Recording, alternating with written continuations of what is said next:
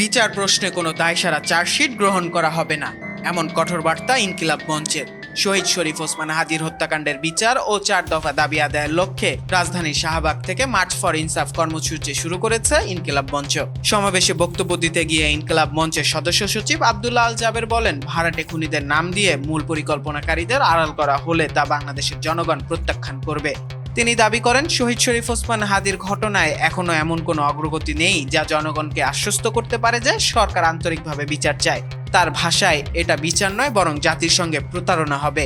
তিনি বলেন, গত 12ই ডিসেম্বর জুলাই গণ অভ্যুত্থানের চেতনার প্রতীক ও ভারতীয় আধিপত্যবাদ বিরোধী আন্দোলনের নেতা শহীদ হাদি গুলিবিদ্ধ হন এবং 18ই ডিসেম্বর তিনি শাহাদাত বরণ করেন।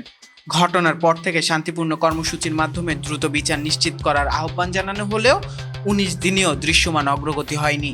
মার্চ ফর ইনসাফ শাহবাগ থেকে শুরু হয়ে science lab, city college, Mohammadpur 3 রাস্তার মোড়, রায়ের বাজার বদ্ধভূমি, মিরপুর 10, উত্তরা, বসুন্ধরা, পাড্ডা, রামপুরা ও যাত্রাবাড়ি হয়ে সন্ধ্যায় শাহবাগে সমপনী জমায়েতের মাধ্যমে শেষ হওয়ার কথা রয়েছে। এতে 10টি পিকআপে করে নেতাকর্মীরা অংশ নেন। ইনকিলাব মঞ্চের 4 দফা দাবির মধ্যে রয়েছে খুনি, খুনের পরিকল্পনাকারী, খুনে সহায়তাকারী, পলায়নের সহযোগী, আশ্রয়দাতা সহ পুরো খুনের চক্রের আগামী 24 দিনের মধ্যে বিচার কার্য সম্পন্ন করতে হবে। দ্বিতীয় দফা, বাংলাদেশে অবস্থানরত সব ভারতীয় ওয়ার্ক পারমিট বাতিল করতে হবে। তৃতীয় দফা দাবিতে রয়েছে, ভারত তার অভ্যন্তরে আশ্রয় নেওয়া সব খুনিদের ফেরত দিতে অস্বীকৃতি জানালে ভারতের বিরুদ্ধে আন্তর্জাতিক আদালতে মামলা দায়ের করতে হবে। চতুর্থ দফার দাবি, সিভিল মিলিটারি ইন্টেলিজেন্সের মধ্যে ঘাপটি মেরে থাকা ফ্যাসিস্টের দোসরদের চিহ্নিত করে গ্রেফতার ও বিচারের মুখোমুখি করতে হবে। সমাবেশের শেষ দিকে আয়োজকরা বলেন, শহীদ হাদি হত্যার বিচার কেবল একটি মামলার নিষ্পত্তি নয়, এটি ন্যায় বিচার ও রাষ্ট্রের বিশ্বাসযোগ্যতার প্রশ্ন।